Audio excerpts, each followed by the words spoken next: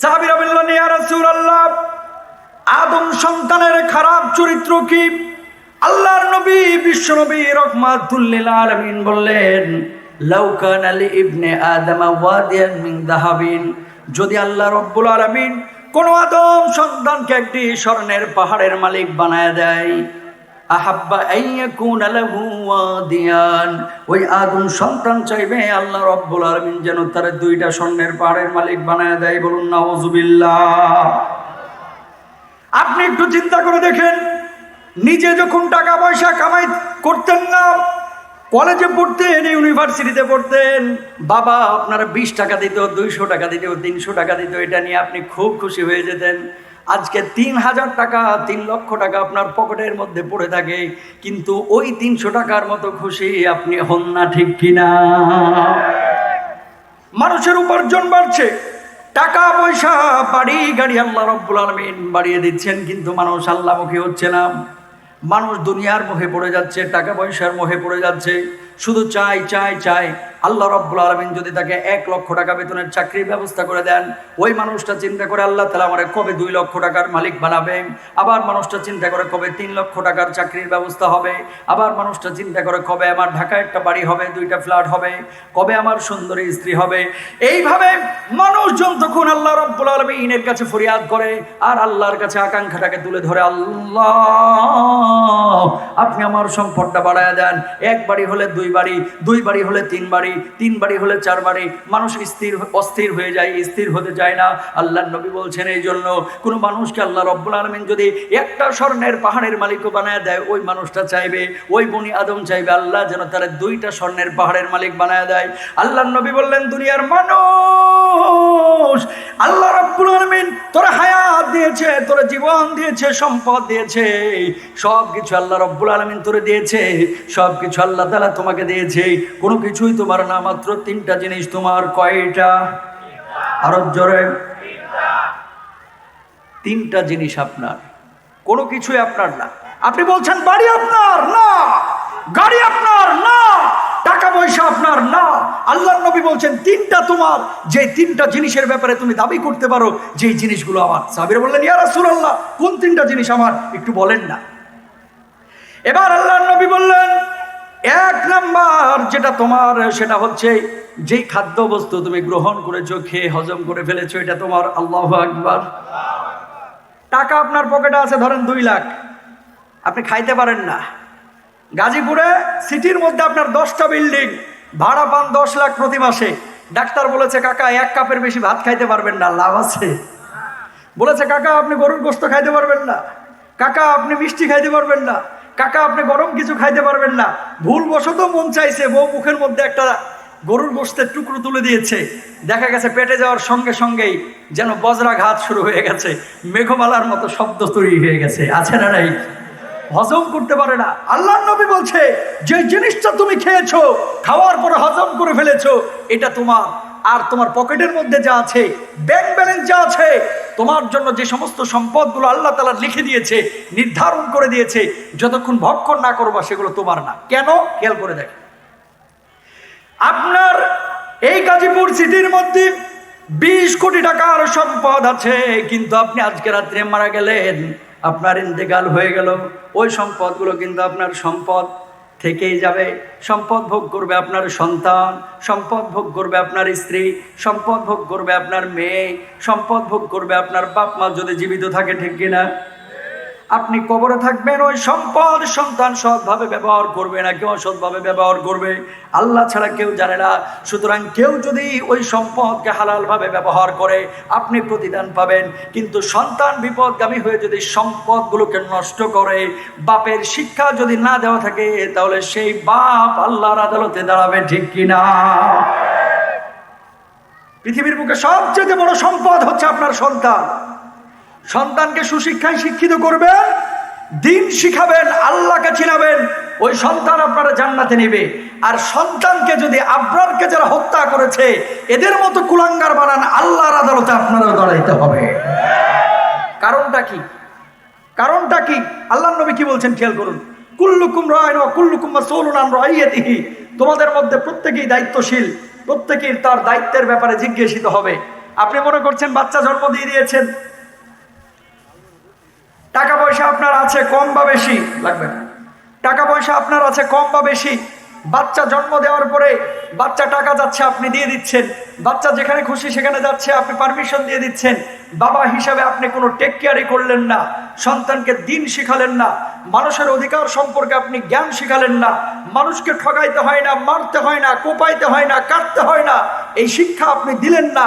সন্তান যদি এরকম নষ্ট হয়ে যায়, বাপ মা এর জন্য দায়ী থাকবে যদি বাপ মা সন্তানকে এই আদবটা শিক্ষা না দেয়। কারণটা কি? আল্লাহর নবী বলেছেন, তোমাদের মধ্যে প্রত্যেকেই দায়িত্বশীল, প্রত্যেকেই তার দায়িত্বের ব্যাপারে জিজ্ঞাসিত হবে। প্রিয় ভাইরা আমার, আবরারকে যারা হত্যা করেছে, যেই সন্তানরা 20 জনের ফাঁসির আসামি, 20 জনের ফাঁসির আদেশ হয়েছে, 5 জনের যাবজ্জীবন, এই 20 জন কিন্তু আপনার আমার মতো জ্ঞানী না, এরা বড় বড় শিক্ষিত এবং বড় বড় মেধাবী মানুষ, যে কারণে বুয়েটের মতো প্রতিষ্ঠানে তারা চান্স পেয়েছে, ঠিক কিনা? বাংলাদেশে ঢাকা বিশ্ববিদ্যালয় বলেন, চট্টগ্রাম বিশ্ববিদ্যালয়, বুয়েট, রুয়েট, কুয়েট, চুয়েট, যেখানেই বলেন না কেন, শিক্ষিত মানুষের অভাব নাই, কিন্তু আসল মনুষ্যত্বের মানুষের অভাব এখন তৈরি হয়েছে। এই জন্য কোট্টায় পড়ে অনেক বড় বড় বুদ্ধিজীবীরা ঘুষও খায়, কথা বলে না, আছে না নাই? এটা কোনো দলীয় কথা না। ওই শিক্ষা সুশিক্ষা, ওই শিক্ষাটাই কার্যকরী শিক্ষা হবে, যেই শিক্ষা দিয়ে আপনি দুনিয়াতে সফল হবেন, যেই শিক্ষা দিয়ে দেশের কল্যাণ হবে, যেই শিক্ষা দিয়ে দিনের কল্যাণ হবে, যেই শিক্ষা দিয়ে আল্লাহর জমিনে আল্লাহর কোরআনের বিধান কায়েম হবে, ঠিক কিনা? এমন শিক্ষা আপনি অর্জন করেছেন শুধু টাকা, ডানে টাকা, বামে টাকা, সামনে টাকা, পেছনে টাকা, উপরে টাকা, নিচে টাকা, টাকা ছাড়া কিছু বুঝে না। ওই যে কৌতুক ডাক্তার সাহেবের মতো গেছে ডাক্তারের কাছে, যাওয়ার পরে ডাক্তার সাহেব তাকে দেখছে, প্রেসক্রিপশন করে দিয়েছে, লিখে দিয়েছে, লেখার পরে বলতেছে যে টাকা দাও। বলতে স্যার টাকা তো নাই। কয় কি আছে? কয় স্যার গাছের লাউ আছে। কয় লাউটা দিয়ে যা, তারপরে তোর সার নাই, ঠিক কিনা? এমন আছে না নাই? টাকা ছাড়া কিছু বুঝতে চায় না, টাকা ছাড়া ফাইল সিগনেচার করতে চায় না, টাকা ছাড়া বিল্ডিং করবেন অনুমতি দিতে চায় না। এরাও কিন্তু শিক্ষিত, আসলে মূল শিক্ষিত এরা এখনো হতে পারে নাই, মূল মনুষ্যত্বের মানুষ এরা এখনো হতে পারে নাই। যারা বুয়েটে আবরারকে হত্যা করেছে তারা ফাঁসির আসামি হয়েছে। বাংলার জমিনে এই সমস্ত কর্মকাণ্ড সামনে যারা করবে, এদেরও বিচার যেন এইভাবে ফাঁসির আসামিদের মতো হয়। আল্লাহ তাআলা এই জমিন থেকে এই ধরনের কুলাঙ্গারদের থেকে এই জমিনটাকে হেফাজত করুন, সকলে বলুন আমিন। প্রিয় ভাইরা আমার, এই জিনিসগুলো যখন জমিনের মধ্যে ছড়িয়ে পড়বে, আল্লাহর গজব তখন নেমে আসবে। আল্লাহ নবী সাল্লাল্লাহু আলাইহি ওয়াসাল্লাম কি বলছেন? কিয়ামতের আগে মানুষ মানুষকে হত্যা করবে, কোন অপরাধে হত্যা করেছে সে নিজে জানবে না। যাকে হত্যা করা হয়েছে, কোন অপরাধে হত্যা করা হয়েছে সে নিজে জানবে না। কাসরাতুল হারাজ, আল্লাহ নবী বলেছেন। দেখেন বর্তমান সময়ে অনেক মানুষকে এভাবে হত্যা করছে। আবরার ফাহাদের মা তার বাবাকে আল্লাহ তাআলা সবরে জামিল দান করুন, বলুন আমিন। আবরারকে আল্লাহ তাআলা জান্নাতে ভালো রাখুন, বলুন আমিন। আল্লাহ সুবহানাহু ওয়া তাআলা প্রত্যেক ঘরে ঘরে নামাজি কল্যাণকামী সন্তান দান করুন, বলুন আমিন। আর যারা আপনাদের গায়ে হাত তুলবে তাদের হাত ভেঙে ফেলতে হবে, ঠিক কিনা? প্রিয় ভাইরা আমার, এই বাংলার জমিনে সন্ত্রাসের কোনো স্থান নেই, মাদক সেবীদের কোনো স্থান নেই, ইসলাম বিদ্বেষীদেরও স্থান নেই। যারা কোরআনের বিপক্ষে অবস্থান নিবে, আল্লাহর বিপক্ষে অবস্থান নিবে, তাদের স্থান এই বাংলার জমিনে হবে না, ঠিক কিনা?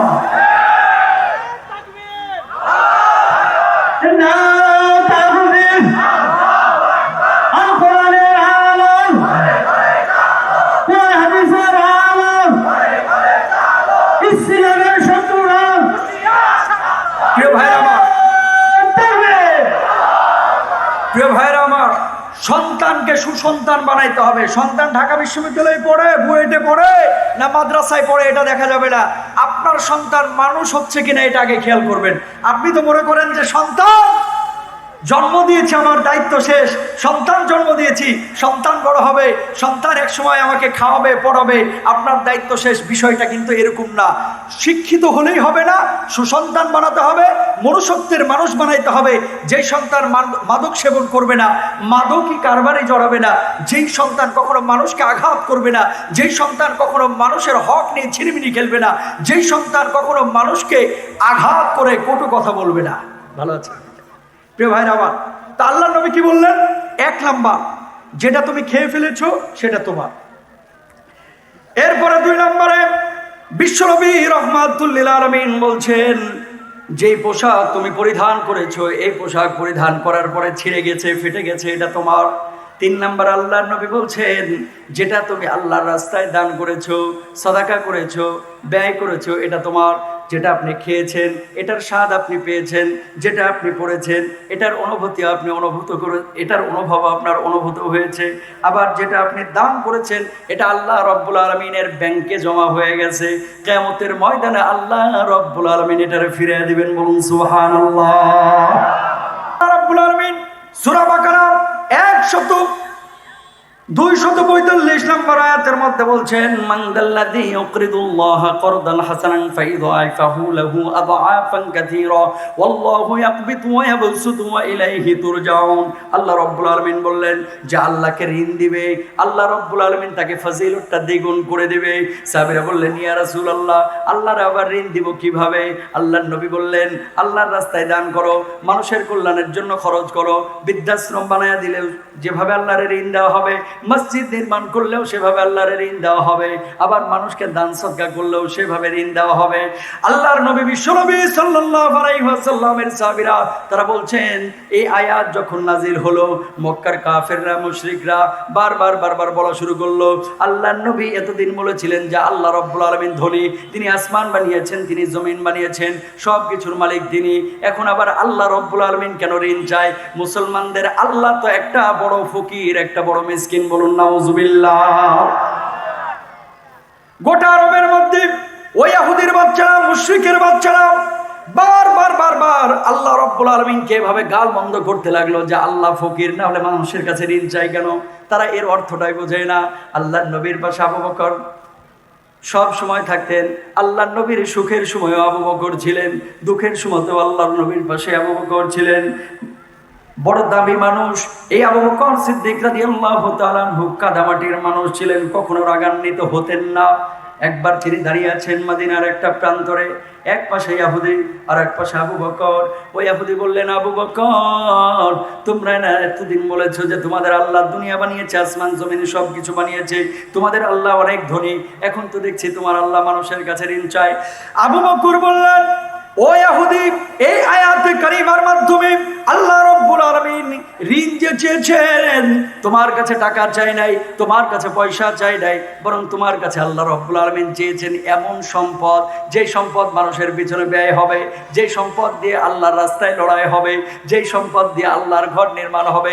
সুতরাং তোমরা ভুল বুঝবা না, আল্লাহ তাআলা আমাদের কাছে তোমাদের কাছে টাকা পয়সা চাই নাই, বরং আল্লাহর রাস্তায় খরচ করাকে বুঝিয়েছেন। বলুন সুবহানাল্লাহ।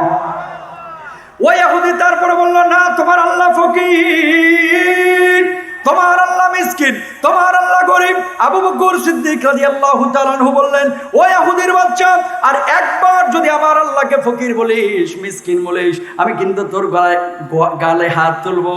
ওই ইহুদির বাচ্চা আবার বলল, তোর আল্লাহ ফকির, তোর আল্লাহ মিসকিন। আবু বকর রাদিয়াল্লাহু তাআলা আনহু নরম মানুষ, গরম হয়ে গেলেন, ডান হাতটা তুলে তার গলায় কষায় একটা থাপ্পড় বসায় দিলেন। বলুন আল্লাহু আকবার। এবার ইহুদি দৌড়ে গেলেন আল্লাহর নবীর কাছে, যাওয়ার পরে বললেন, ইয়া রাসূলুল্লাহ, ইয়া হাবিবাল্লাহ, আপনার আবু বকর তো আমাকে আঘাত করেছে, ওগো নবীজি, আপনি এটার বিচার করেন। আল্লাহর নবী বললেন, তুমি আবু বকরের ব্যাপারে মিথ্যা কথা বলবা না, আমার আবু বকর কখনো কাউকে এভাবে মারতে পারে না। ওমরের কথা যদি তুমি বলতে আমি বিশ্বাস করতাম, কিন্তু আবু বকরের কথা আমি বিশ্বাস করতে পারবো না। বলল, আপনার আবু বকরকে ডাকেন। আল্লাহর রাসূল আবু বকর রাদিয়াল্লাহু তাআলা আনহুকে ডাকলেন। ডাকার পরে বললেন, ইহুদিকে কি তুমি মেরেছো? আবু বকর বললেন, ইয়া রাসূলুল্লাহ, ইয়া হাবিবাল্লাহ, আমার আল্লাহকে গাল বন্ধ করেছে, আবু বকর সহ্য করতে পারি নাই, আমি আবু বকর সহ্য করতে পারি নাই। ও আল্লাহর নবী, এই জন্য আমি তার গলায় হাত তুলেছি, গালে হাত তুলেছি। আল্লাহর নবী বললেন, আবু বকর, তুমি তার গালে হাত তুলেছো, সে যে আল্লাহকে গাল বন্ধ করেছে, সাক্ষীটা তুমি উপস্থাপন করো। আবু বকর সিদ্দিক রাদিয়াল্লাহু তাআলা আনহু বললেন, ও আল্লাহর হাবিব, ওই জায়গায় ছিলাম শুধু আমি আর ইহুদি, সাক্ষী পাবো কোথায়? আল্লাহর নবী বললেন, যদি তুমি এই মুহূর্তে সাক্ষী উপস্থাপন করতে না পারো তাহলে ইহুদি তোমার গালে হাত দিবে, তোমাকে একটা থাপ্পড় দেবে। আবু বকর বললেন, ইয়া রাসূলুল্লাহ, আল্লাহকে গালি দেওয়ার কারণে তারা আমি আঘাত করেছি, এই জন্য যদি সে আমার গালে আঘাত করে আমি আঘাত নিতে প্রস্তুত আছি, কিন্তু আমি আবু বকর মিথ্যা কথা বলছি না, আমি তার গালে আঘাত করেছি একমাত্র আমার আল্লাহকে গালমন্দ করার জন্য। বলুন সুবহানাল্লাহ। ওই আরশ আজিম থেকে আল্লাহ রাব্বুল আলামিন এই দৃশ্য দেখছিলেন। দেখার পরে এবার বিশ্বনবী রাহমাতুল লিল আলামিনের কাছে জিবরিল আমিনকে পাঠিয়ে দিলেন, ও জিবরিল আমিন, যাও যাও যাও আমার হাবিবের কাছে যাও। যাওয়ার পরে বলো, ওগো আল্লাহর হাবিব, আপনি তো আবু বকরের সাক্ষী যাচ্ছিলেন, কেন সে তাকে মেরেছে? এবার আবু বকরের সাক্ষী দুনিয়ার কোনো মানুষ হবে না, দুনিয়ার কোনো মানুষ হবে না, বরং আবু বকরের সাক্ষী স্বয়ং আল্লাহ রাব্বুল আলামিন হয়ে গেল। আর আস্তে বলেন সুবহানাল্লাহ। সাক্ষী হলেন কে? আল্লাহ রাব্বুল আলামিন আয়াত নাযিল করলেন, লাকাদ সামিআল্লাহু কাওলাল্লাযীনা ক্বালু ইন্নাল্লাহা ফাকীরুন ওয়া নাহনু আগনিয়া।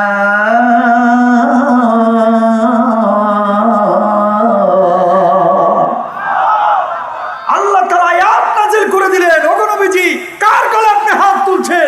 ওই ইহুদির হাত যেন আমি আল্লাহ রাব্বুল আলামিনের বান্দা গোলাম আবু বকরের গালের উপরে না পড়ে। যে আল্লাহকে গালি দিয়েছে, আবু বকর সত্যই বলেছে আল্লাহ ফকির না, আল্লাহ ধনী। আল্লাহকে ফকির বলার কারণে আবু বকর ইহুদির গালে হাত তুলেছে। বলুন আল্লাহু আকবার। রে ভাই আমার, দুনিয়ার জিন্দগিতে টাকা পয়সা আপনি যদি আল্লাহকে ঋণ দেন, আল্লাহর পেছনে বিনিয়োগ করেন, এটা কখনো ক্ষতি হবে না, বরং লাভই হবে। আপনারা তো রাখেন ব্যাংকে 50 লাখ, আর প্রতি মাসে মাসে 50,000 মাখন তুলে চাইটা পুইটা খায়, আছে না নাই? মাখন তোলা বুঝেন না?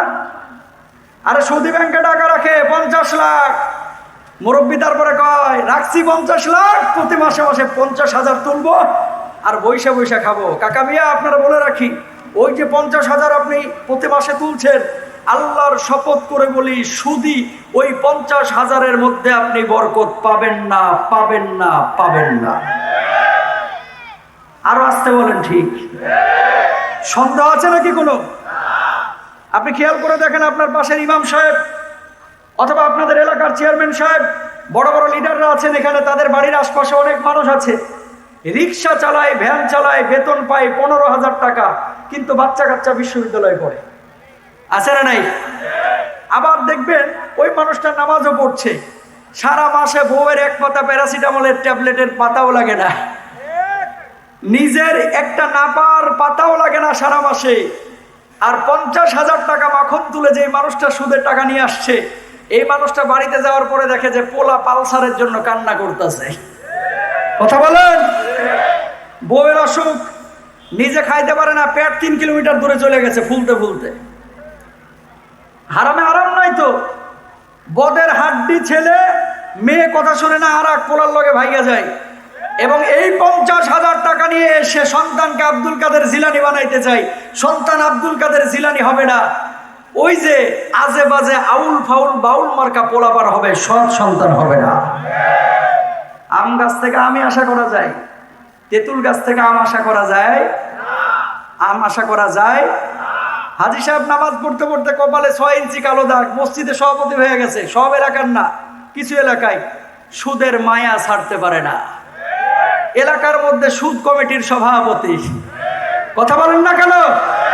আপনি কেমন সভাপতি যে সুদের মায়া ছাড়তে পারতেছেন না, আবার ঘুরায় ফিরে সুদকে জায়েজ করতে চাই? কই কেন্দ্রীয় ব্যাংক সুদের উপরে চলছে, সমস্ত ব্যাংকগুলো সুদের উপরে চলছে, আমরা আবার সুদ না খায় কেমনে চলি? দলিল বাইর করছে। দলিল কি? দলিল জানেন? ঘুরায় ফিরে জায়েজ করতে চাই। ছোট্ট একটা উদাহরণ দিই, তাহলে বুঝতে পারবেন। এক হুজুর গেছে এক এলাকায়, গ্রাম্য এলাকায় ওয়াজ করতে গিয়ে গ্রামে ঢুকছে, ঢোকার মাঝখানে দেখতে পাচ্ছে যেদিকে তাকায় খালি বেগুনের ক্ষেত। কিসের ক্ষেত? বেগুনের ক্ষেত। হুজুর চিন্তা করছে, হায় রে, আজকে মনে হয় কপালে বেগুন ছাড়া আর কিছু নাই, খাওয়ার সময় আর কি। তো হুজুর মেডিসিন রেডি করছে যে আজকে বেগুনের ওয়াজটা এমন ভাবে দিব যাতে করে আমার সামনে সভাপতি সাহেব বেগুনের তরকারি না আনতে পারে। ওয়াজ রেডি, হুজুর আসছে ওয়াজ করতে, ওয়াজে উঠেই বলছে, মাসালার কেতাবে আছে 40 পাতার তলে জাহান্নামের প্রথম খাবার বেগুন হবে হবে। যখন ওয়াজে করে দিয়েছি সভাপতি সাহেব চিন্তা করতেছে, হায় হায় হায় রে, আজকে তো আমার বউ বেগুন দিয়া পাঙ্গাস, বেগুন দিয়ে ইলিশ, বেগুন দিয়া বাতাসি, বেগুন দিয়া চিংড়ি, বেগুন দিয়া শুটকি, বেগুন দিয়া ওই যে ট্যাংরা, সবই তো বেগুন দিয়ে পাকিয়েছে। এটা আমাদের উত্তর অঞ্চলের একটা প্রসিদ্ধ গল্প আর কি, আপনাদের সামনে বলতেছি। তো সভাপতি সাহেব চিন্তা করলো, তাহলে হুজুর আজকে খাওয়া মুখী। ওয়াজ শেষ, হুজুর গেছে সভাপতি সাহেবের বাসায়। যাওয়ার পরে এবার হুজুর বসছে, বসার পরে খাবার আর আসে না, 1.5 ঘন্টা চলে গেল। কই সভাপতি সাহেব কি ব্যাপার, খাবার টাবার গেল কই? তখন সভাপতি সাহেব বলতেছে, হুজুর কি বলবো শর্মের কথা, বেগুন যে জাহান্নামের খাবার এটা তো আমরা কেউ বুঝি নাই। তো এখন আমার বউ বেগুন দিয়া পাঙাশ, বেগুন দিয়ে ইলিশ, বেগুন দিয়া, আচ্ছা বেঁধে নেক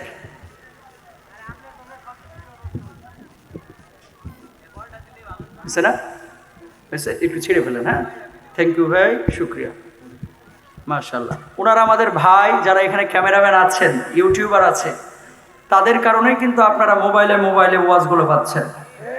কথা বলেন না কেন? আজকে বাংলাদেশের যুবকদের মোবাইলের মধ্যে বাংলা সিনেমা পাওয়া যায় না, গান পাওয়া যায় না, আজহারের ওয়াজ পাওয়া যায়, ঠিক কিনা মুসলমান? যতদিন এই মোবাইলে গান ছিল, পোলাপান জেনা বেশি করছে, এখন মোবাইলে ইসলাম ঢুকছে, জেনা কমে গেছে। যুবকরা মসজিদমুখী হয়েছে, কোরআনমুখী হয়েছে, আল্লাহমুখী হয়েছে। সুতরাং এই ক্যামেরাম্যান ইউটিউবারদের সঙ্গে খারাপ আচরণ করা যাবে না। আল্লাহ কবুল করুন ওদের খেদমতকে, বলুন আমিন। তো যেখান থেকে কথাটা আসছিল, কথাটা কোত্থেকে আসছিল? হুজুর বসেই আছে যে কিরে তরকারিও আসে না, ভাতও আসে না। কয় সভাপতি সাহেব তো ঘটনা কি বলেন? সভাপতি সাহেব বলছে, হুজুর কি বলবো দুঃখের কথা, বেগুন যে জাহান্নামের খাবার এটা তো জানতাম না, এজন্য আমার বউ বেগুন দিয়ে পাঙ্গাস, বেগুন দিয়ে ইলিশ, বেগুন দিয়ে শুটকি, বেগুন দিয়ে ওই ট্যাংরা, বেগুন দিয়ে চিংড়ি, সব কিছু বেগুনের সাথে মিলাইছে, রান্না করেছিল চমৎকার করে, কিন্তু আমরা তো জানতাম না, এই জন্য আপনার সামনে দিতে ভয় পাচ্ছি। হুজুর মনে মনে চিন্তা করতেছে, হায় রে, আমার পছন্দের সব মাছ দেখি বেগুনের সাথে হান্দাইছে। কথা বুঝেন নাই? এবার এখন মাসালা বানাইতে হবে, জায়েজ তো করতে হবে।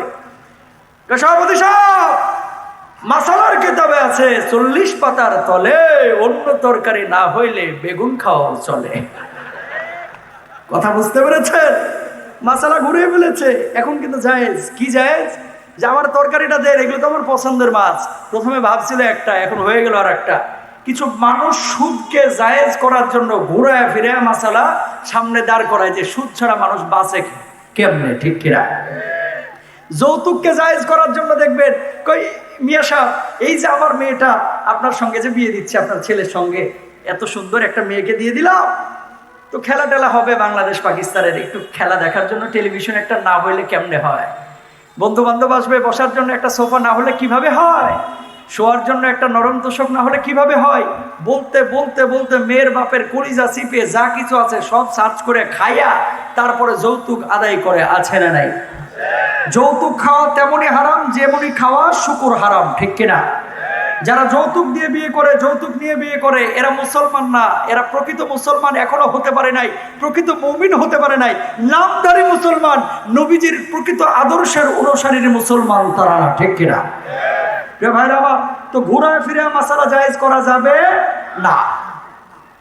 যেখান থেকে কথাটা আসলো, সুদ আপনি খাবেন না, ঘুষ আপনি গ্রহণ করবেন না, রডের বদলে বাঁশ দিবেন না, আপনি সামর্থ্য আছে, পাওয়ার আছে, ক্ষমতা আছে দেখে আরেকজনের হক নষ্ট করবেন না, আরেকজনের উপরে জুলুম করবেন না। মনে রাখবেন, পাপ বাপকে যেমন ছাড়ে না, আল্লাহ ছাড় দেন কিন্তু একেবারে ছেড়ে দেন না। আল্লাহ যখন ধরেন পাকড়াও করেন, তখন কিন্তু মাননীয় প্রতিমন্ত্রী আর কে মাননীয় মন্ত্রী ওটা খেয়াল করেন না। তখন কিন্তু আমাদের মাননীয় প্রধানমন্ত্রীও খেয়াল করেন না যে অপরাধ করেছিস, এবার তুই আউট হ, আমার কাছে তোর জায়গা নাই। 2 মিনিট 3 মিনিটের ভিডিও অডিও ক্লিপের কারণে যদি পৃথিবীর বুকে এমন লাঞ্ছিত হতে হয়, ওই কিয়ামতের ময়দানে আল্লাহ যখন সারা জীবনের ভিডিও ক্লিপ আপনার সামনে তুলে ধরবে, আল্লাহর কসম আপনি অপরাধী হলে জান্নাতে যেতে পারবেন না। আপনি লাঞ্ছিত হবেন, আপনি বঞ্চিত হবেন। আপনি পাপ যে করেন একটু হিসাব নিকাশ করে করেন, কেউ দেখে না। ইয়াউমা ইদিন তুহাদ্দিসু আখবারহা, জমিন সেদিন সাক্ষী দিবে, আসমান সাক্ষী দিবে, আপনার কান সাক্ষী দিবে, আপনার জিহ্বা সাক্ষী দিবে। পালাবেন কোথায়? পালাবার কোনো পথ নাই। পথ আছে? নাই। এবার দেখেন আল্লাহ রাসূল তাহলে কি আলহাকুমুত তাকাসুর হাত্তা যুরতুমুল মাকাবির কাল্লা সাউফা তা'লামুনা সুম্মা কাল্লা সাউফা তা'লামুন। এই আয়াত কারিমাগুলির মাধ্যমে আল্লাহ রাসূল বলছেন, মানুষ ততদিন স্বপ্ন দেখতে থাকে যতদিন মানুষ কবরে না ঢুকে। কবরের পচা বাঁশ, পচা মাটি আপনার শরীরটাকে যখন খেয়ে ফেলবে, খেয়ে ফেলার পরে আপনার চোখের মধ্যে যখন কুঠিরি তৈরি হবে, আপনার পেটের মধ্যে যখন ফাঁকা অংশটা উন্মুক্ত হয়ে যাবে, তখন পচা মাটি পড়ে পড়ে যখন পেট পুড়বে, যখন আপনার চোখ পুড়বে, তখনই স্বপ্ন দেখা বন্ধ হবে। এছাড়া কিন্তু দুনিয়ার মানুষের স্বপ্ন দেখা বন্ধ হয়। বড় আফসোস লাগে ভাই, কি বলবো কথা। এগুলো খেয়াল করেন, মুরব্বী হয়ে গেছে, 70 বছর বয়স, এখনো দাড়ি রাখতে চায় না, আছে না নাই? 70 বছর বয়স, এখনো ফজরের নামাজে মসজিদে আসতে চায় না।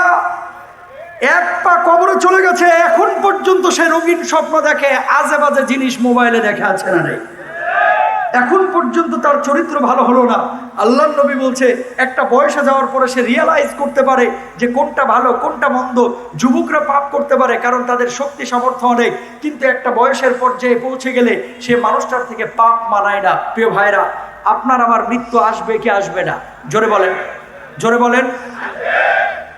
মৃত্যু আপনার আসবে, আমারও আসবে।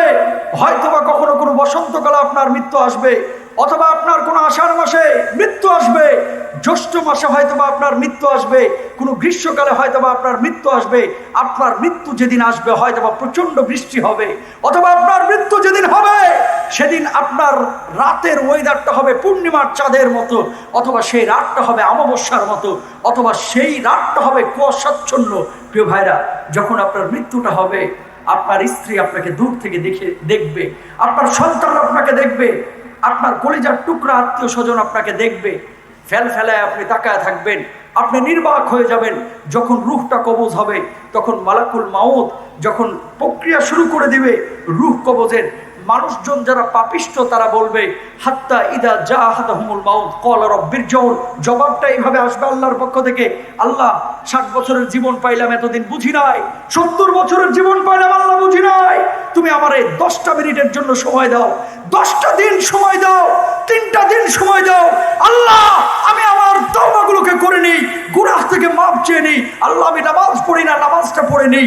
আল্লাহ, তারপর আমার রূহটাকে কবুজ করো। আল্লাহ তখন জবাব দেবে, মালাকুল মাউত তখন জবাব দিয়ে, হাত্তা ইদা জাহাদাহুমুল মাউত ক্বালা রাব্বিরজিউন লাআল্লি আ'মালু সালিহান ফীমা তারাকতু। কাল্লা, তোরে আমি 60 বছরের জিন্দেগি দিয়েছি, 70 বছরের জিন্দেগি দিয়েছি, তুই কি জানতি না যে এই পরিসমাপ্তি তোর ঘটবে, জীবনের বিনাশ তোর হবে, একদিন পৃথিবী থেকে তুই বিদায় নিবি, তুই কি জানতি না? আল্লাহ তাআলা জবাব দিবে, আজকে তোকে আর কোনো সুযোগ দেওয়া হবে না, এক মুহূর্ত সুযোগ দেওয়া হবে না। সুতরাং মরার আগে আপনাকে মরতে হবে, হিসাব নিকেশ করে কবরে যাইতে হবে, ঠিক কিনা ভাইরা আমার? আল্লাহর নবী বিশ্বনবী সাল্লাল্লাহু আলাইহি ওয়াসাল্লাম একদিন প্রচন্ড ক্ষুধার্ত। এই সূরার তাফসীরের মধ্যে লেখা হচ্ছে, আল্লাহর নবী বিশ্বনবী সাল্লাল্লাহু আলাইহি ওয়াসাল্লামের জীবন যাপনটা কেমন ছিল খেয়াল করেন। কাল্লা সাউফা তা'লামুন সুম্মা কাল্লা সাউফা তা'লামুন কাল্লা লাউ তা'লামুন ইলমাল ইয়াকিন লাতারাউন্নাল জাহিম সুম্মা লাতারাউন্নাহা আইনাল ইয়াকিন। জাহান্নামের কথা বলা হচ্ছে, মানুষের প্রতিদানের কথা বলা হচ্ছে। আল্লাহর নবী বিশ্বনবী রাহমাতুল লিল আলামিন একদিন দুপুর বেলায় বের হলেন, মসজিদের পাশে বসে আছে হযরত আবু বকর আর হযরত ওমর রাদিয়াল্লাহু তাআলা আনহু। আল্লাহর নবী বললেন, ও আবু বকর, ও ওমর, কেন তোমরা এই অবেলায় এখানে বসে? আবু বকর ওমর বললেন, ও আল্লাহর হাবিব, ও সরওয়ারে কায়নাত রাহমাতুল লিল আলামিন, প্রচন্ড ক্ষুধার যন্ত্রণায় আপনার ছটপট করেছি। ওগো নবীজি, ঘরের মধ্যে কোনো খাবার নাই, সেই জন্য এখানে এসে বসে আছি। কোন আনসারী সাহাবী আমাদেরকে যদি ইনভাইট করে, দাওয়াত করে, তার বাড়ি থেকে আমরা খাবার খাবো, উদ্দেশ্য এমনটাই। আল্লাহর নবী বললেন, এই কারণেই কি তোমরা এখানে বসে আছো? আবু বকর ওমর বললেন, ও আল্লাহর হাবিব, এই জন্য আমরা এখানে বসে আছি।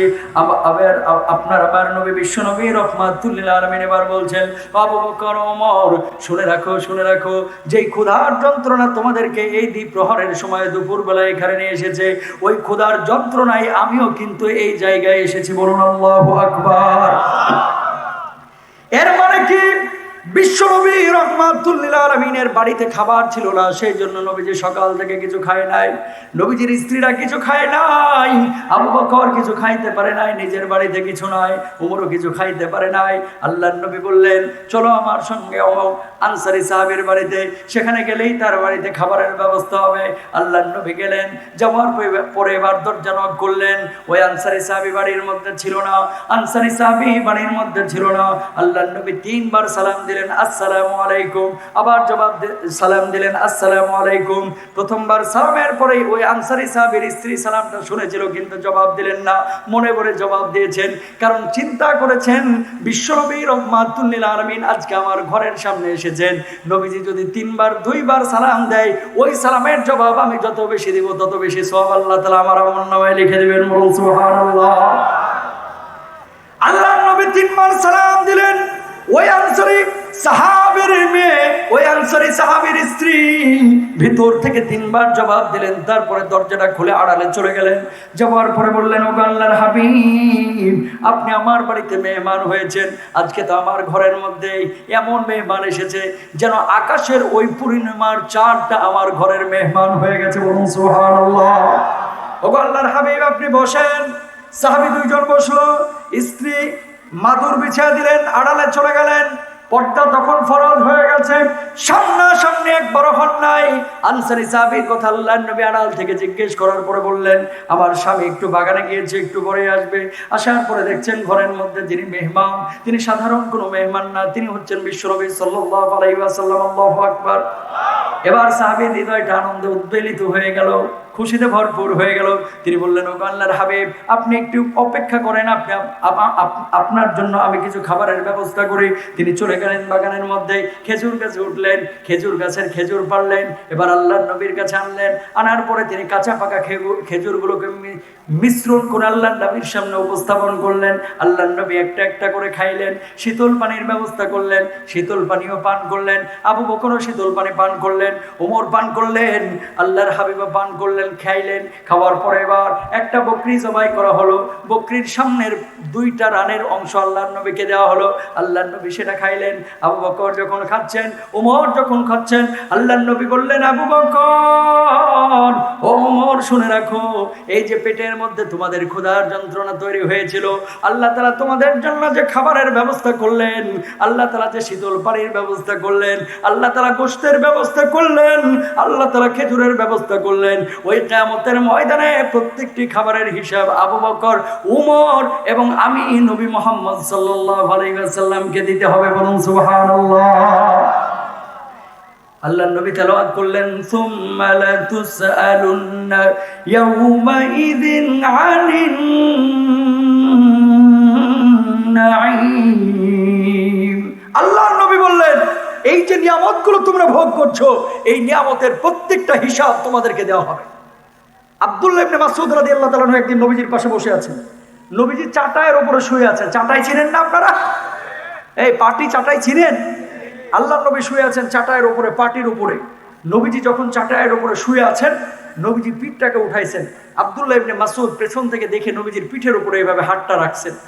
চোখ দিয়ে দর করে পানি পড়ছে। ওগো নবীজি, আপনি রহমাতুল লিল আলামিন, আপনি সরওয়ারে কায়নাত, দো জাহানের সরদার, আল্লাহর সবচেয়ে পছন্দনীয় প্রিয় ব্যক্তি আপনি।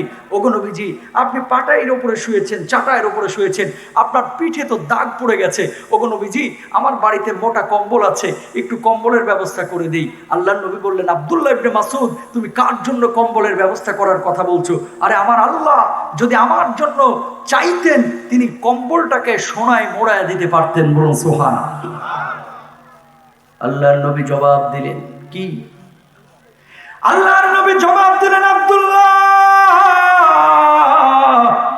আল্লাহ রাব্বুল আলামিন যদি চাইতেন আমার বাড়ি ঘর স্বর্ণ দিয়ে বানিয়ে দিতে পারতেন, আমার আল্লাহ যদি চাইতেন আমার কম্বলটা স্বর্ণ দিয়ে মোড়ায় দিতে পারতেন, আমার কম্বলটা দুনিয়ার বুকে উন্নত কম্বল বানায় দিতে পারতেন। কিন্তু আমি নবী দুনিয়ার কোনো বস্তু ভোগ করতে চাই না, আমি আখিরাতের বিষয়টার জন্য বসে আছি। আল্লাহর নবী বললেন, আরে দুনিয়ার জীবনটাকে তো আমি এরকমই মনে করি, আমি এক জায়গায় সফর করছি, আমি মুসাফির হয়েছি, এখন প্রতিমধ্যে আমি ক্লান্ত হয়ে গেলাম, একটা গাছের নিচে বসলাম, কিছু ছায়া গাছটা আমারে দিল, ছায়া দেওয়ার পরে আমি যখন আবার একটু স্বাভাবিক হলাম, সেই গাছের নিচ থেকে বের হয়ে আমি আমার গন্তব্যের দিকে হাঁটলাম। এই দুনিয়ার জিন্দগিটাকে আমি নবী এমন মনে করি যে আমি এখন বিশ্রাম নিচ্ছি, কয়েকদিন পরে আমার মূল গন্তব্যের দিকে চলে যাব। দুনিয়াটা হচ্ছে মুসাফিরের মতো আমি ব্যবহার করি। সুতরাং মুসাফির যেমন ক্ষণস্থায়ী একটা জায়গায় যায়, দুনিয়ার জিন্দগিতে আমি ক্ষণস্থায়ী আছি। আমি দুনিয়ার কোনো জিনিসকে এইভাবে চিরস্থায়ী মনে করে উপভোগ করতে পারবো না। বলুন আল্লাহু আকবার।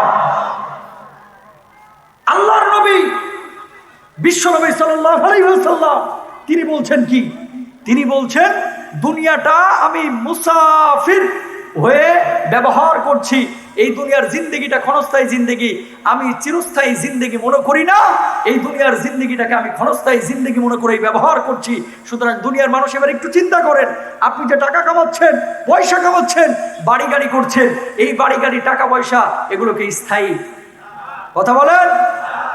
আজকে টাকা সম্পদ বাড়ি গাড়ির মোহে পড়ে আপনি নিজেকে পাপ থেকে বাঁচানোর চেষ্টা তো দূরের কথা, ডান বাম কোনো কিছু খেয়াল না করে অনেক মানুষ যেদিক থেকে আসে সেদিক থেকে টাকা পয়সা সে গ্রহণ করে, উপার্জন করে, ঘুষ সুদ জেনা ব্যভিচার কোনো কিছু খেয়াল করতে চায় না। যদি এইভাবে উপার্জন করেন, আপনার হায়াতের মধ্যে রিস্কের মধ্যে বরকত আল্লাহ তাআলা কখনো দিবে না, ঠিক কিনা? আপনারা যখন দেখবেন যে বিপদে পড়ে যান, বিপদে অনেকে পড়েন, টাকা পয়সা সংকট পড়ে যায়, ব্যবসা বাণিজ্যের সংকট তৈরি হয়, গার্মেন্টসে বেতন হতে চায় না, ব্যবসা বাণিজ্যে দেখা যাচ্ছে অধপতন হচ্ছে, ঠিক সেই সময় আগে আল্লাহকে বলেন যে আল্লাহ আপনি আমার জন্য রিস্কের ফয়সালা করেন। আল্লাহ আপনি ছাড়া তো কেউ রিস্কের ব্যবস্থা করতে পারে না। যদি আল্লাহর উপরে তাওয়াক্কুলটা আপনি তাওয়াক্কুল করার মতো করতে পারেন, তাহলে আল্লাহ তাআলা আপনাকে ঘরের মধ্যে রিজিক পাঠাতে পারেন, ঠিক কিনা? সাগরের নীল তিমি চিনেন আপনারা? সাগরের নীল তিমি চিনেন সবাই? প্রিয় ভাইরা আমার, নীল তিমির একটা কথা এখানে তথ্য আমি বাইর করলাম কয়েকদিন আগে, একটু আপনাদের সামনে বলতে চাই। একটা নীল তিমি প্রতিদিন 6 থেকে 7 টন খাবার খায়। সুবহানাল্লাহ বলেন। একটা নীল তিমি প্রতিদিন কয় টন খাবার খায়? 6 থেকে 7 টন। মানে একটা নীল তিমি প্রতিদিন 1 ট্রাকের বেশি খাবার খায়, যে খাবারগুলো গোশত রিলেটেড। বলুন সুবহানাল্লাহ। বিজ্ঞান বলছে একটা নীল তিমির ওজন হয় প্রায় 200 টন। আল্লাহু আকবার বলেন। 200 টন এই বাসের মতো ওজন না। কয়েকটা ট্রাক 15টা 20টা ট্রাক একত্রিত করে একটা নীল তিমিকে উঠাইলে এই ট্রাকগুলো ওই ট্রাকগুলোর মাধ্যমে এই নীল তিমিকে নড়ানো সম্ভব, এছাড়া নড়ানো সম্ভব না। এত বড় এক একটা নীল তিমিকে আল্লাহ তাআলা বানিয়ে রেখেছেন। একটা নীল তিমির উচ্চতা হয় 100 ফুট, প্রায় 10 তলার সমপরিমাণ। এক একটা নীল তিমির জিহ্বা হয় এক একটা হাতির সমপরিমাণ। সুবহানাল্লাহ বলেন। একটা নীল তিমির জিহ্বা চিনেন? এই যে জিহ্বা এই জিহ্বা, এক একটা নীল তিমির জিহ্বা এক একটা হাতির সমপরিমাণ ওয়েট এবং আয়তনের দিক থেকে হয়। এই নীল তিমি একসাথে একবারে 5000 লিটার পানি পান করতে পারে। বলুন সুবহানাল্লাহ। এই নীল তিমি 6 থেকে 7 টন খাবার খায়, আর চলার পথে যে পরিমাণ শব্দ তৈরি করে, জেট ইঞ্জিন থেকে যেরকম শক্তিশালী আওয়াজ বের হয়, এক একটা নীল তিমি থেকে এরকম শক্তিশালী আওয়াজ বের হয়। এক একটা নীল তিমি যে সংকেত ব্যবহার করে, এই সংকেতগুলো 1006 কিলোমিটার দূর থেকে অন্য নীল তিমি বুঝতে পারে। বলুন সুবহানাল্লাহ।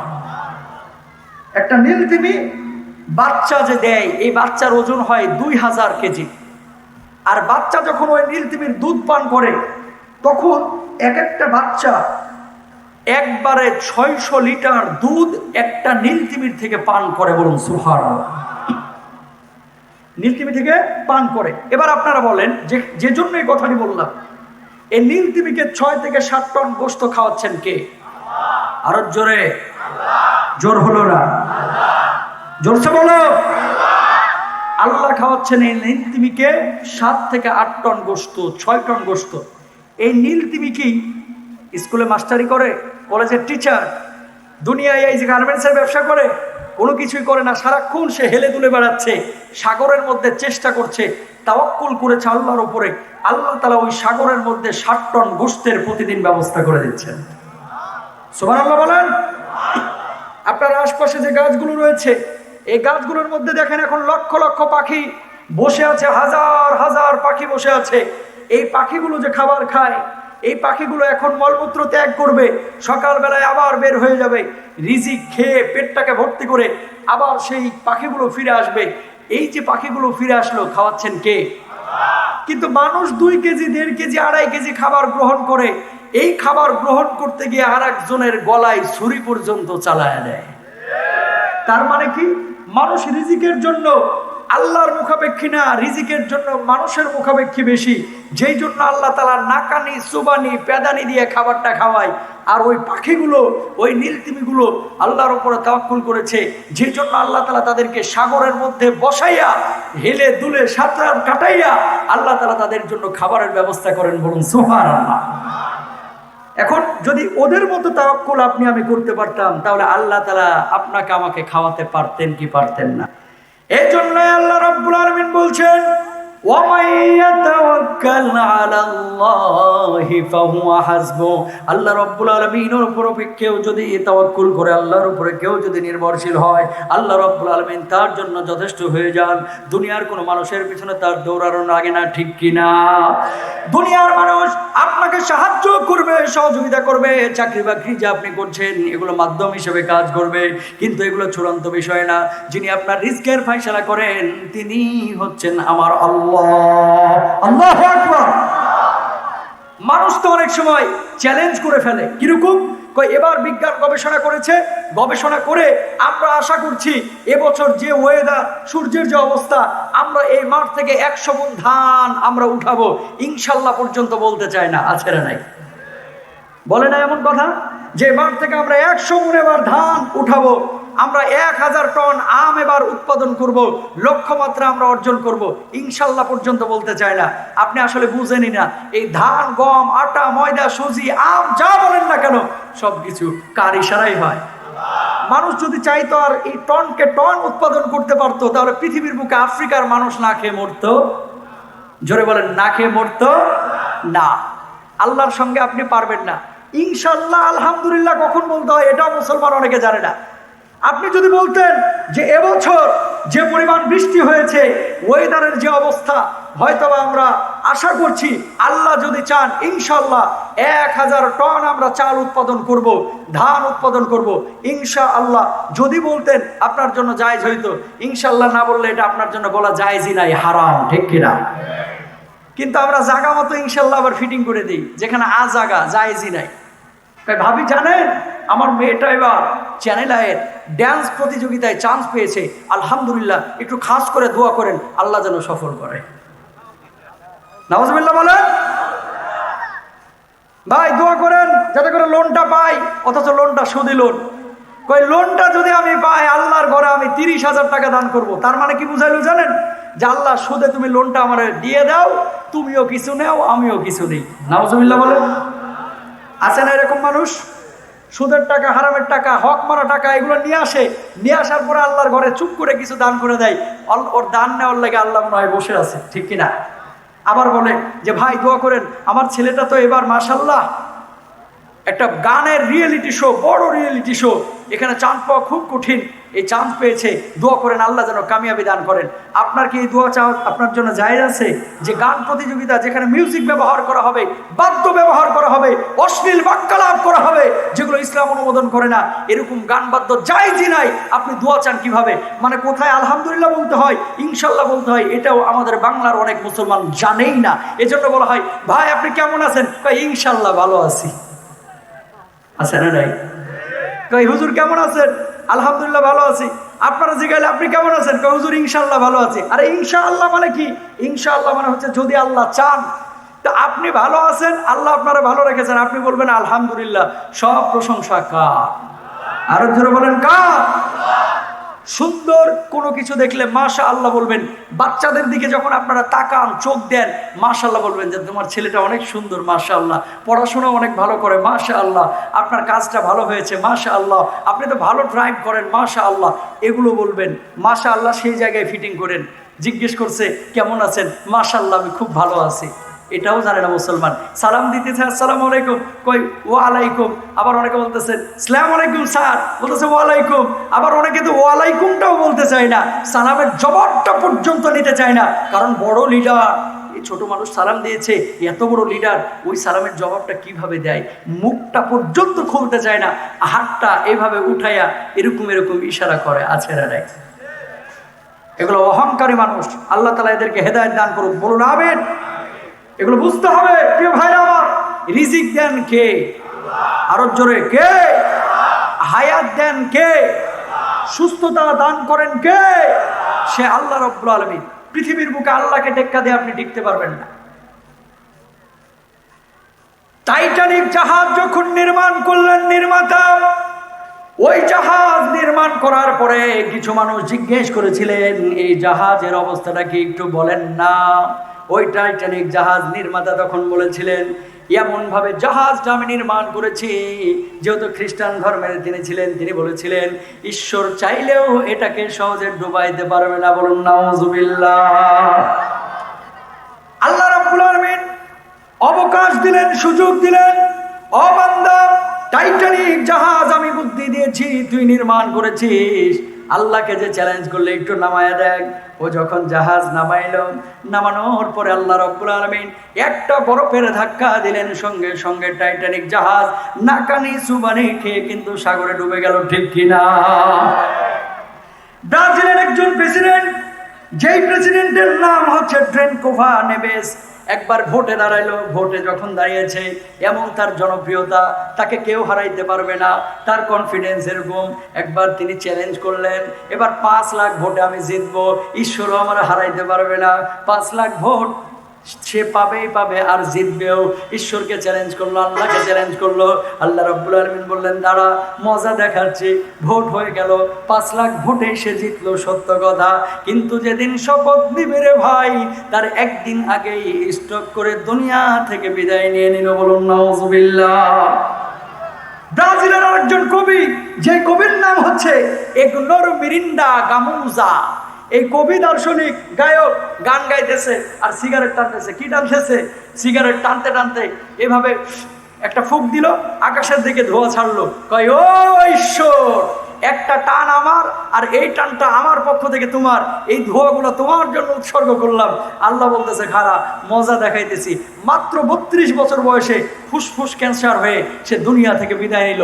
পৃথিবীর বুকে অনেক মানুষ উৎপাদনের ক্ষেত্রে এরকম চ্যালেঞ্জিং অবস্থার মুখোমুখি হয়, আল্লাহর কাছে না ফিরে নিজেরা চ্যালেঞ্জ করে যে আমরা উৎপাদন করব, আমরা বানাবো, আমরা বানিয়েছি, এই ব্রিজ ভাঙবে না, এই কালভার্ট নষ্ট হবে না, এই সেতু ভাঙবে না, এই ফসলের মাঠগুলো নষ্ট হবে না।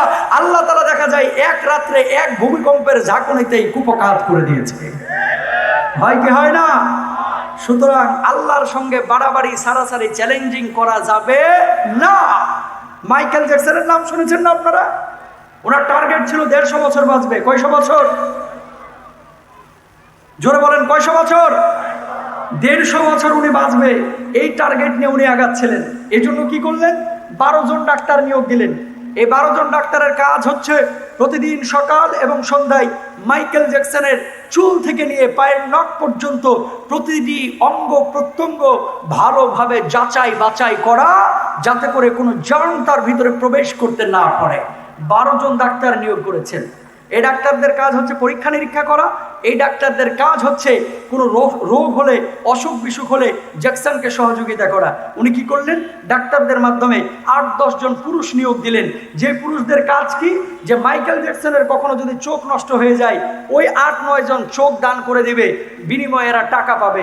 মাইকেল জ্যাকসনের কখনো যদি কিডনি নষ্ট হয়ে যায়, এই 8-9 জন সব সময় রেডি থাকবে, নিজেদের কিডনি দিয়ে জ্যাকসনকে বাঁচাবে। এই মাইকেল জ্যাকসন কখনো যদি ফুসফুসের ক্ষেত্রে কোনো সংক্রমণ ধরা পড়ে, তাদের ফুসফুস দিয়ে ওনার ফুসফুসে সম্পৃক্ত করে সহযোগিতা করা হবে। অঙ্গ দান করার জন্য তারা সবসময় রেডি থাকতো। 8 থেকে 10 জন, 12 জন ডাক্তার সবসময় পরীক্ষা নিরীক্ষা করতো। উনি যে খাবার খাইতো, প্রতিদিন ওই খাবারটাকে ল্যাবে পরীক্ষা নিরীক্ষা করে তারপরে খাবার তার সামনে দেওয়া হতো। খেয়াল করেন, খুব খেয়াল করেন, টার্গেট কত? জোরে বলেন, কত? 150 বছর পৃথিবীর বুকে আমি টিকে থাকবো। অক্সিজেন লাগাইলো বিছানায় কৃত্রিমভাবে, যেই অক্সিজেন তাকে অটোমেটিক সরবরাহ করা হতো রাত্রিবেলায়, যাতে করে ঘুম ভালো হয়।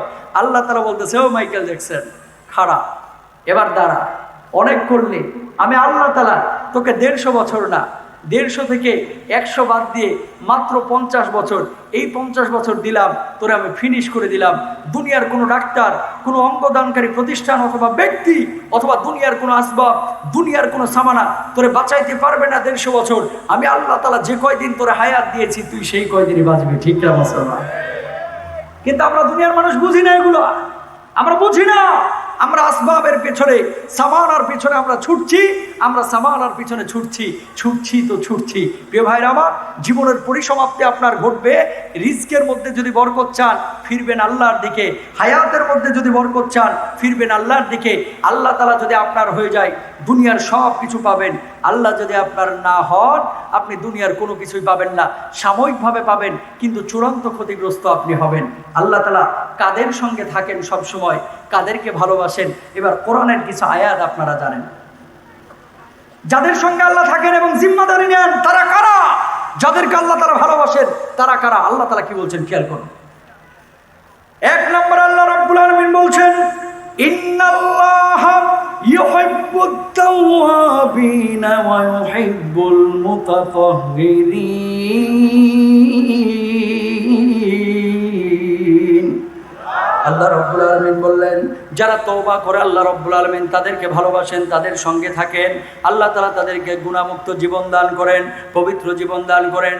আল্লাহ তাআলা অন্য আয়াতে বলছেন, ইরসিলিস সামা আলাইকুম মিদরারা, তার আগে বলছেন ফাকুলতুস্তাগফিরু রাব্বাকুম। কেউ যদি গুনাহমুক্ত জীবন যাপন করতে পারে আল্লাহ রাব্বুল আলামিন তার রিজিকের ফয়সালা অটোমেটিক করে দেন, আর আল্লাহ তাআলা তাকে গায়বী ভাবে রিজিক দান করেন। বলুন সুবহানাল্লাহ। 2 নম্বর আল্লাহর নবী বলছেন, আল্লাহ রাব্বুল আলামিন যেই কথাটি পবিত্র কোরআনুল কারীমের মধ্যে বলে দিয়েছেন, আল্লাহ তাদেরকেও ভালোবাসেন, তাদেরকে মহব্বত করেন, তাদের সঙ্গে থাকেন, রিজকের জিম্মাদারি তাদের হয়ে যান। তারা কারা? ইন্নাল্লাহা ইউহিব্বুত তাওয়াবিনা ওয়া ইউহিব্বুল মুতাতাহহিরিন। যারা দুনিয়ার জিন্দেগিতে পুত পবিত্র জীবন যাপন করে। আপনার আমার সমাজে এমন কিছু মানুষ রয়েছে যারা জীবন যাপন করি আমরা অপবিত্র, মদ খায় খায় পেটগুলোকে নাপাক করে ফেলি, বিড়ি খেয়ে খেয়ে ঠোঁটগুলোকে নাপাক করে ফেলি, সারাদিন পেশাব করে আমরা কেউ টিস্যু ব্যবহার করতে চাই না, পায়খানা করার পরে টিস্যু বা ঢিলা কলম ব্যবহার করতে চাই না, শরীরের মধ্যে নাপাক নিয়ে ঘোরাফেরা করি। আল্লাহ রাব্বুল আলামিন বলছেন এই সমস্ত মানুষগুলোকে আল্লাহ ভালোবাসেন না।